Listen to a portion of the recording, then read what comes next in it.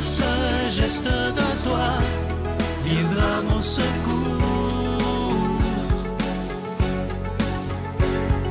Viens semer dans mon âme le grain de l'amour. Je traverse un désert et je meurs de soif. Montre-moi le mystère qui garde la foi. Bonjour, bienvenue à votre émission La Victoire de l'amour en cette première semaine de l'année 2022. Quel bonheur pour moi d'être auprès de vous. On rejoint tout de suite Brigitte Bédard pour sa chronique et à l'homélie, ce sera Victor.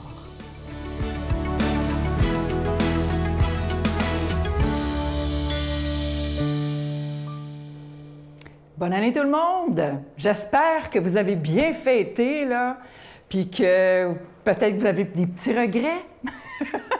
Mais vous savez bien, j'ai toujours des petites résolutions en poche et j'ai 5 résolutions à vous proposer pour 2022. Alors, prenez votre crayon, là, votre papier, on prend note. C'est 5 façons de 5 choses qu'on ne dit plus, puis qu'on va remplacer par quelque chose de plus positif. L'autre jour, je parlais avec une dame, et je vous le dis, là, je pense qu'en 2 phrases, elle s'est excusée 4 fois, et elle m'a dit qu'elle était désolée 3-4 fois aussi. Donc, c'était comme, j'ai pris conscience que, mais ça n'a pas d'allure, là, elle s'excusait quasiment de respirer, tu sais. Fait que, non. Alors, à vos crayons, tout le monde, voici, première résolution. On va remplacer le mot « désolé » par « merci ».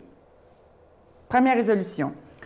On ne dira plus « désolé d'être en retard hein? », comme ça nous arrive souvent. On va dire « merci de m'avoir attendu ». Hein? C'est-tu le fun, ça? Mais oui! Numéro 2. On ne dira plus « désolé d'avoir autant parlé », comme il m'arrive souvent. Mais on va dire « merci de m'avoir écouté ». Ah! C'est cool, hein? OK. Numéro 3. On ne dira plus « désolé de vous avoir dérangé ». Hey, ça, on l'entend-tu souvent? On va dire « merci de m'avoir rendu service ». Que c'est beau! Oups! C'est mon crayon. On ne dira plus « désolé, je l'ai oublié ». Ah, moi, je dis tout le temps ça parce que j'oublie tout le temps tout. Alors, on va dire à la place « merci de me l'avoir rappelé ». Ah, alors, on dit merci à l'autre au lieu de dire « oh, gna, gna. Hein, c'est ça. Et dernière résolution, on ne dira plus « désolé que vous soyez resté tard à cause de moi. Hein? Je vous ai fait prendre du retard. » Tu sais, là, on l'entend souvent, ça aussi, hein? Ou on le dit souvent. Alors, on va dire « merci d'avoir été au-delà de vos obligations personnelles. » Wow! Bon, là, c'est peut-être un petit peu formel, là, c'était la carte que j'ai reçue, mais on pourrait le dire dans nos mots. Hey, merci d'avoir donné de votre temps. Je sais que ce n'était pas prévu, mais merci d'avoir été flexible puis de m'avoir donné votre temps. Alors, voici 5 choses qu'on va changer, qu'on va essayer de changer, en tout cas. Je vais envoyer ça sur le site Internet de la Victoire de l'amour. Vous allez aller visiter ça. Et puis, on va vraiment essayer cette année de mettre ça en pratique. Mettez-vous des post-it sur votre miroir avec votre nouvelle façon de vous exprimer. Bonne année 2022. Notre Père qui es aux cieux, que ton nom soit sanctifié, que ton règne vienne, que ta volonté soit faite sur la terre comme au ciel. Donne-nous aujourd'hui notre pain de ce jour. Pardonne-nous nos offenses, comme nous pardonnons aussi à ceux qui nous ont offensés. Et ne nous laisse pas entrer en tentation, mais délivre-nous du mal, car c'est à toi qu'appartiennent le règne, la puissance et la gloire pour les siècles des siècles. Amen. Mon Père, je m'abandonne à toi. Fais de moi ce qu'il te plaira. Quoi que tu fasses de moi, je te remercie. Je suis prête à tout, j'accepte tout, pourvu que ta volonté se fasse en moi, en toutes les créatures. Je ne désire rien d'autre, mon Dieu. Je remets mon âme entre tes mains. Je te la donne, mon Dieu, avec tout l'amour de mon cœur, parce que je t'aime, et que ce m'est un besoin d'amour de me donner, de me remettre entre tes mains, sans mesure, avec une infinie confiance, car tu es mon Père.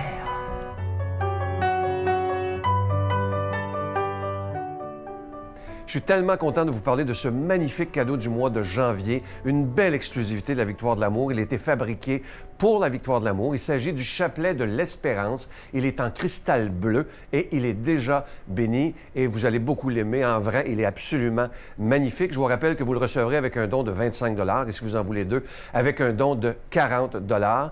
Et je vous donne l'adresse, la Victoire de l'amour, case postale 120, succursale Boucherville à Boucherville, le J4B 5E6. Je vous la redonne. La Victoire de l'amour, case postale 120, succursale Boucherville à Boucherville, le J4B 5E6. Également par téléphone, par carte de crédit du lundi au vendredi de 8h30 à 16h30 dans le 514-523-4433, 523-4433 ou sans frais le 1-888-811-9291.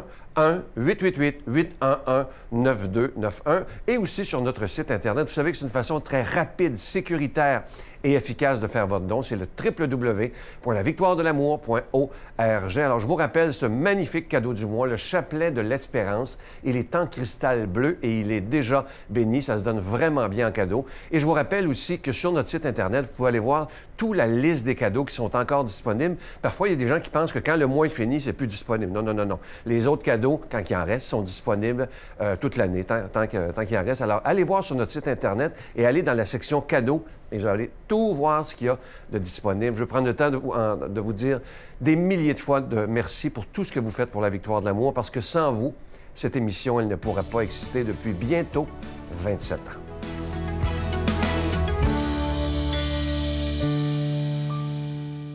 Mon Dieu, donnez-moi la sérénité d'accepter les choses que je ne peux changer, le courage de changer les choses que je peux et la sagesse d'en connaître la différence. Amen.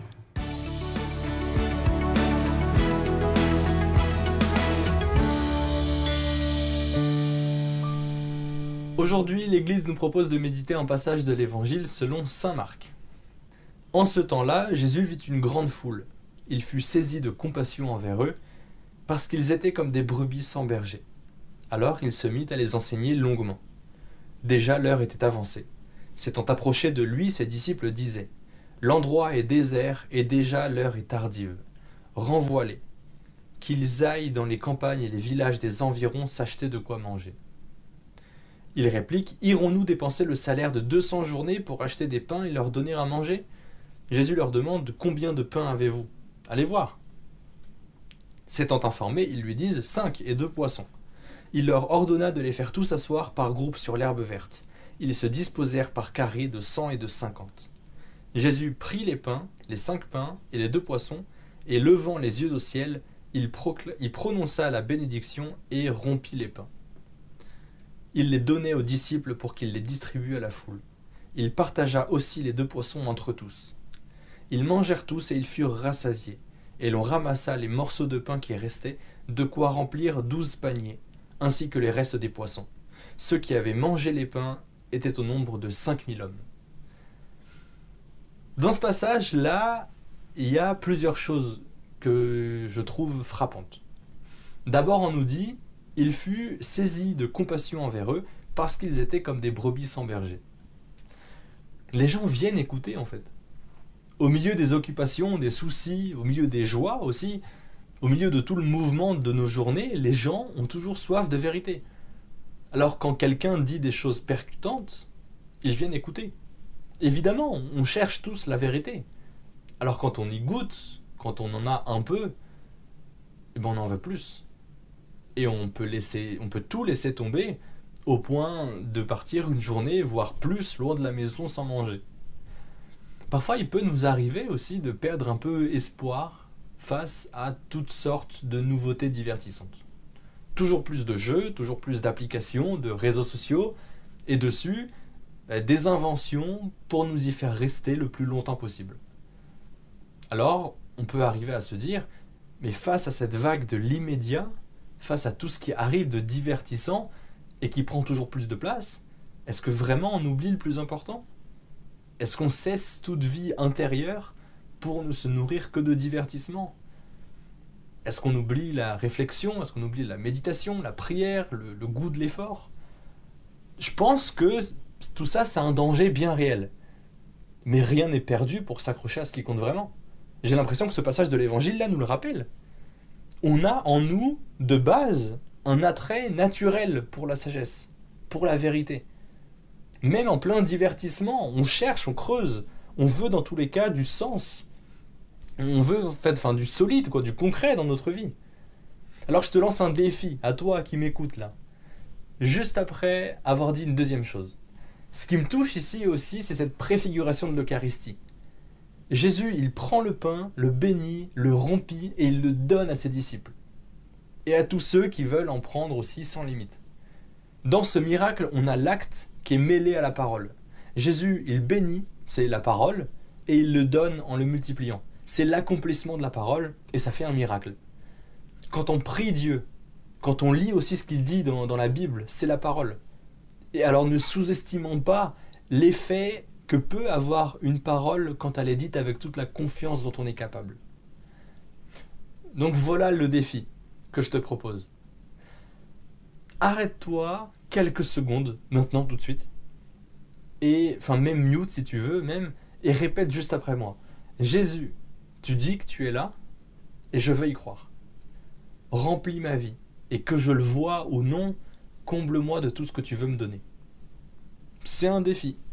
À toi qui as l'habitude de prier, ou qui trouve ça ennuyeux, mais finalement, qui par un moyen, peu importe lequel, est arrivé devant cette émission, prends quelques secondes tout de suite.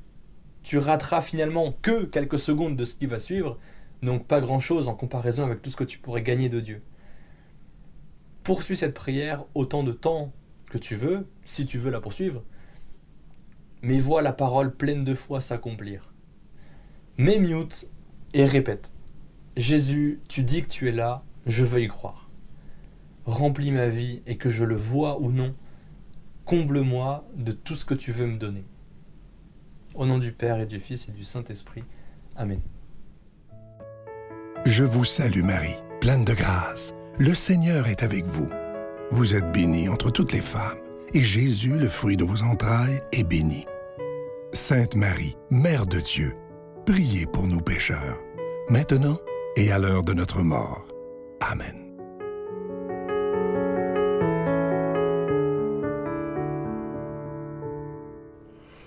La première semaine de l'année, c'est un bon temps pour s'orienter comme il faut. Vous trouvez pas? Je vous suggère de prendre la prière du matin, mais d'en faire la prière pour l'année. C'est une prière pour lancer nos journées, mais pourquoi pas la faire pour lancer notre année au complet? Et je vous lis la finale de cette prière-là. C'est parmi mes prières préférées, vous le savez. Que je sois si bienveillante et si joyeuse que tous ceux qui m'approchent sentent la présence de Dieu. Revêt-nous de ta beauté, Seigneur, pour que tout au long de l'année, on te révèle au monde, par notre sourire, par notre bonne humeur, par nos compliments. Bonne année. Mon père, là, si je dis, ben papa, j'ai fait ça, j'ai raté mon coup, je suis pas contente de moi parce que j'ai peut-être blessé. Il va pas en rajouter, là, il va pas me cogner sa tête et dire, ben oui, t'as raison, t'es vraiment pas terrible. Non. Il va dire, ben, alors, imagine-toi Dieu. Ben, c'est ça. Parce que avec toi, le monde est beau. Avec toi, j'en perds tous mes sanglots.